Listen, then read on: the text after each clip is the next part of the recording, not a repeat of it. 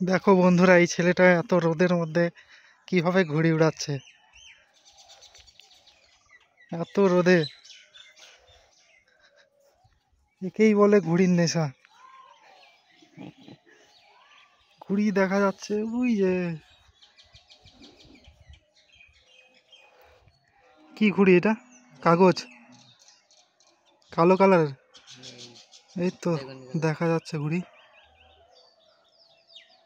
হাওয়া বেশি নেই, অল্প হাওয়া।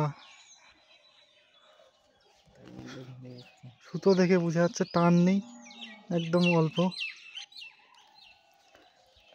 দেখো ঘুড়ি উড়াতে উড়াতে ঘেমে গিয়েছে, মুখ দেখাচ্ছে না লজ্জায়।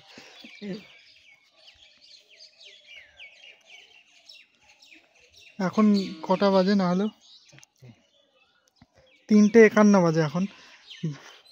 গরমকালে 3:51 মানে অনেক। এখনো রোদের তাপ প্রখর।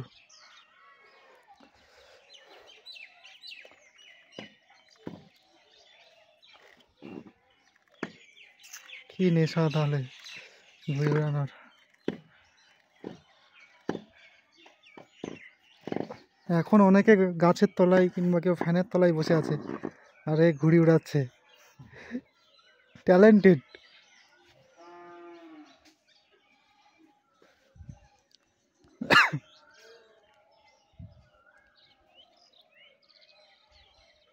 আমি এই যে খালি গায়ে, এত গরমে জামা পরারও কোনো উপায় নেই।